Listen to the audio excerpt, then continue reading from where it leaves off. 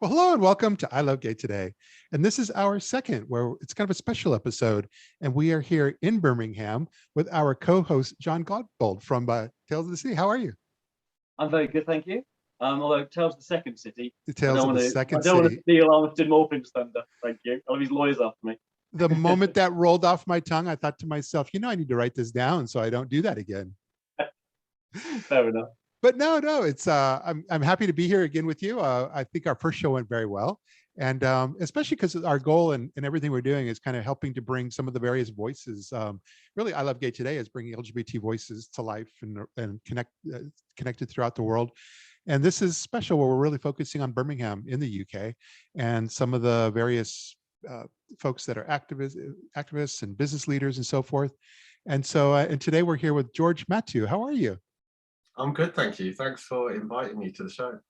Well, it's great to have you here. And it's interesting because especially from the outside looking in, here I was on social media, on Twitter, where Twitter seems to connect us globally in a way that other mediums haven't really accomplished that to date. And here I am. And all of a sudden, all this stuff starts kind of pouring through as far as, these protests and so forth in Birmingham. But it was really a one specific profile, which was Birmingham Against Hate. And there was a lot going on, but you were a part of that, yes? Yes, yeah, quite by accident, but I was happy to be made part of it. I felt like I belonged really once I started to get involved. So I've got a number of friends that are activists and very, very out there on the scene, and you'll find them at most of the protests and rallies. And a number of times I've gone down, just to support them, but always been in the back scene, just holding a placard maybe, or just helping them with the day-to-day running of it. And so recently in the past few years, I've come more to the forefront now, where speaking and being more visible. And when I'm asked to speak at, say, a protest or at a talk or at a film festival even, I'll speak and just give my perspective. So it's nice to have been invited today to give my perspective on anything that you might want to know about me. Yeah, George, it's interesting that you just used the term accidental or accident. And when I was discussing with Matt the prospect of bringing you on as a guest, I described you as the accidental activist. Do you think that's fair? Yeah, I think that's completely fair, because I mean, exactly like I said before, was very behind the scenes. So what happened was, with lockdown, we hadn't been able to see or meet anyone at all. So the only messages that were flying backwards and forwards were by Messenger or little Facebook updates, things like that. So the first real protest where I'd spoke out and done a big long speech in front of the general public was last year, when we did the protest against hate due to the recent spate of homophobic violence in Birmingham city centre, centred around Her Street.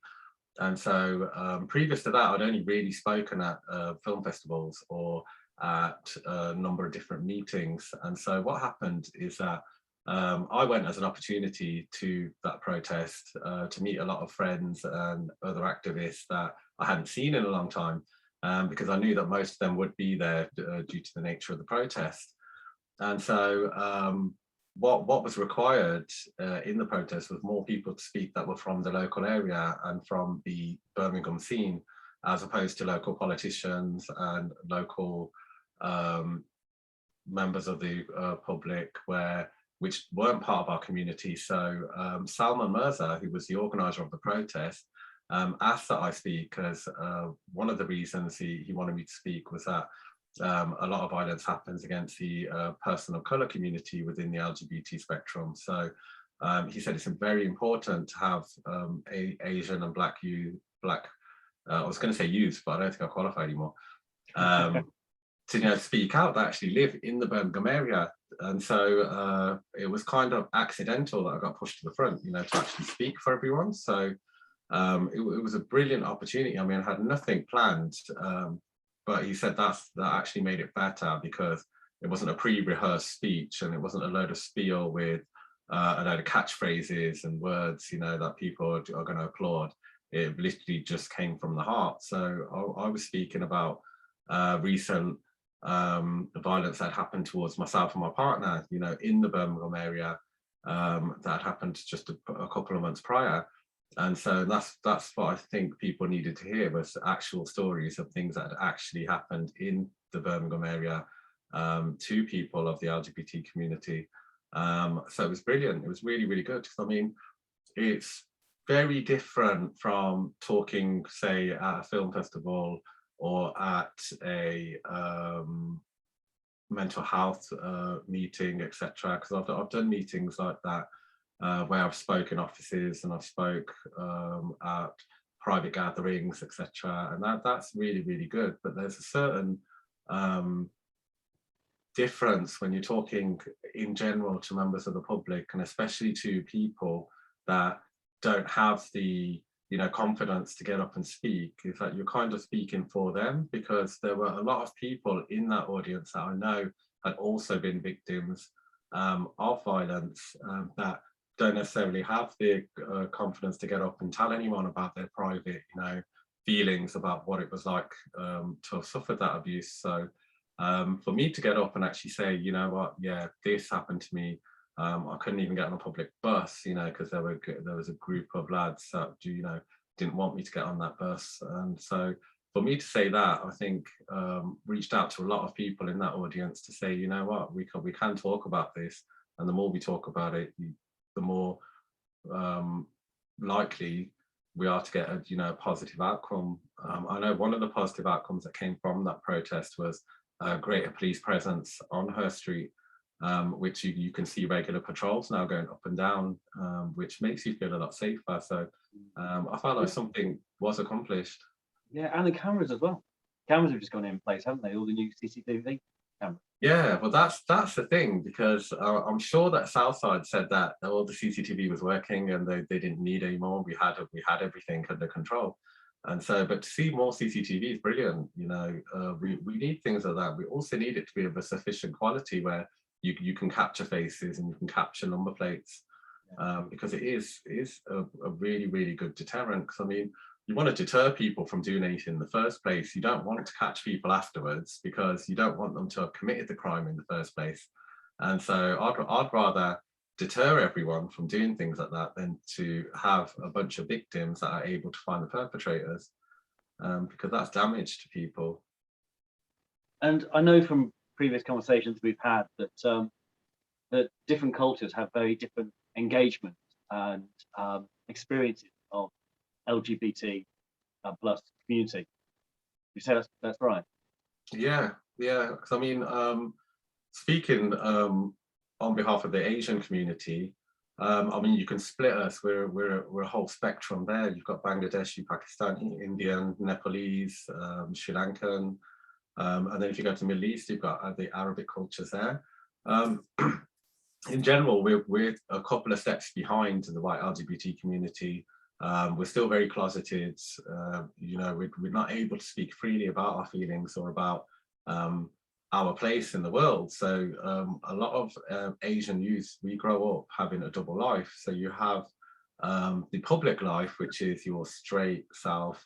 You're going to get married, you're going to have kids, and then you've got your actual self, in which you know that you're gay or lesbian or trans, and you can't really come out and speak about it. And so from my perspective, like I was fortunate enough to have a family that was very accommodating to me, and so they didn't have an issue at all with me being gay. And so 99% of my family are fully supportive. There's always going to be that 1% that aren't. But speaking to other people in the Asian community, they don't have that kind of support. They're out on their own, and so they don't have aunties and uncles or cousins or brothers and sisters they can rely on. It's just them. And so I'm quite fortunate. And so I think that's why my activism takes a different route to most other people's, whereas I'm perfectly happy to speak, at public gatherings or in private meetings, corporate or not. I kind of like to get out and about and say on a night out or just a coffee down at the loft, maybe. I like to try and spark conversation with other Asian Black LGBT people there, just to find out what their experiences are, maybe offer some of my own experiences as well, because the majority of people that I've spoken to are clubbing, in different cities, just so that no one, will recognize them. And so a lot of the time when I'm speaking to them, they're saying, well, look, the only reason I'm out is because, I'm from Bradford, and I've come all the way to Birmingham because I won't be recognized here. And so, which I think is a really, really sad thing, because our white LGBT counterparts, I'm not saying all of them have had it easy, they don't have to leave their city or, their county or even country to go to Scotland, etc., Wales, to go clubbing. I remember talking to one Asian lad that had come from a small village in Wales, and so he'd come all the way to Birmingham because he felt like he couldn't breathe, where he lived. And so my activism takes a different route, where I just want to speak to people and tell them that there are other options. Arranged marriages, you don't have to have an arranged marriage unless you want to.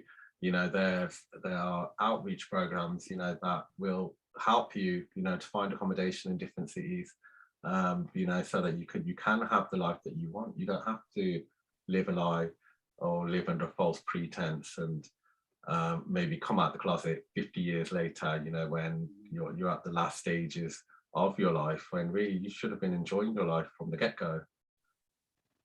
Yeah. Do you think changes are occurring within the attitudes to gay lifestyle? Yeah, definitely. I think they are changing at maybe a slower pace, but they are changing. I mean, from my experiences growing up in the 80s and 90s, it was a no-go. It wasn't talked about. It wasn't discussed. There was no option. You were straight, and that's it. Gay people did not exist. Trans people did not exist at all. And so, but more recently, now that the Asian community started to modernize, the relatives in India and Pakistan and places like that, they're modernizing. They've been modernizing for a long time. So other thoughts and opinions are reaching the surface now, and there's more open discussion. I've been in a number of Asian groups, such as Open Minds and Finding a Voice, where we're finding more and more people now that are actually having open conversations with their parents about what they feel or how they identify, which going back 10 years ago, it wouldn't have even, been something that we could even mention. It was taboo. And so, but now, even if the parents aren't accepting, they're willing to talk a lot of the time now, even if they don't agree. Whereas before, there was no forum with parents, to do that. On a side note, one of the things I found within the Punjabi community in Coventry and Birmingham is that it took a lot of bad things to happen for something good. And so my reasoning for that is that the Asian community has always had a problem with alcoholism and drugs, etc. And so as like my parents' generation were growing up, and what was right was right, what was wrong, they've now had to start changing because their kids have maybe become alcoholics, or their kids have maybe become addicted to drugs. People have judged them.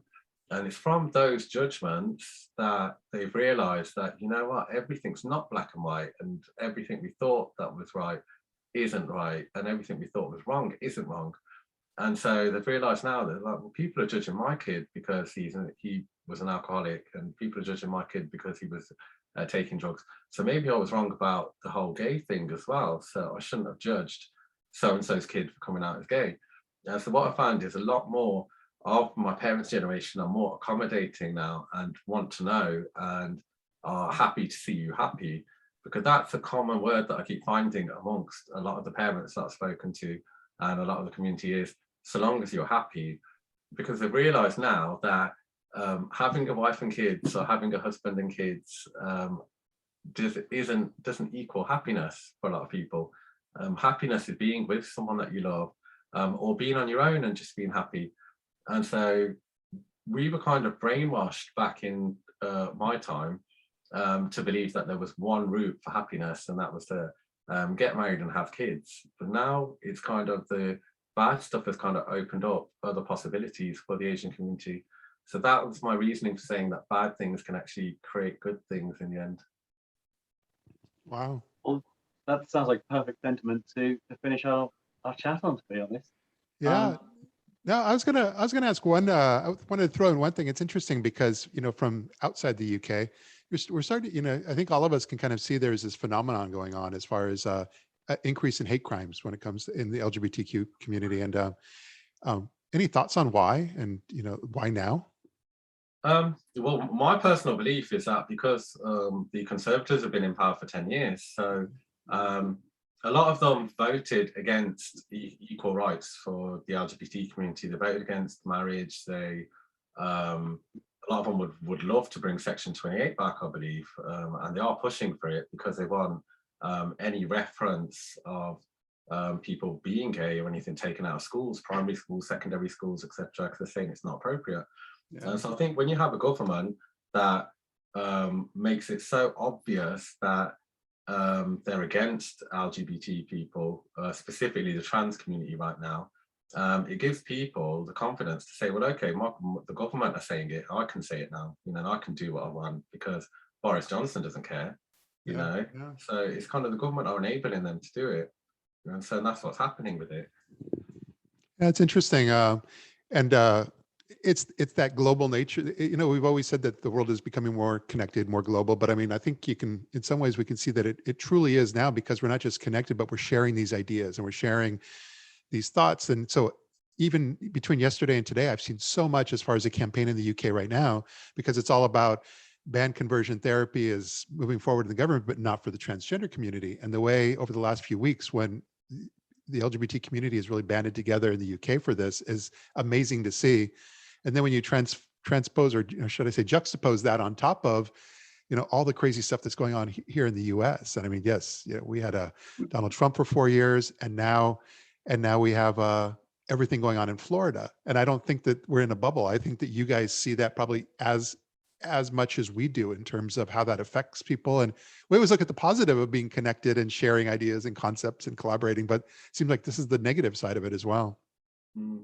I'd say, as also related on that Asian subject, is there's a massive push right now amongst the Asian activists for more visibility and more, understanding. There's a group of activists based in London, and they run a group called Hungama, and they're a multitude, gay, lesbian, trans, and so they're very visible on Instagram and everything. And so they're like the next generation, because I'm pushing it a bit now, getting a bit older. And they are very visible, and they're doing some brilliant things in London, making it very visible. And they're fighting on social media with people, for people to understand and to relate to them. And so really, really good. So I think now, it's like I said, we're catching up at a slower pace, but we are catching up because there are a lot of Asian activists coming up, and I think we're going to see a lot of changes in the next few years. I'm an optimist, and listening to you gives me hope. Yeah. I used to be like years ago. I mean, have you seen that show Heartstopper? No. Episodes from the end.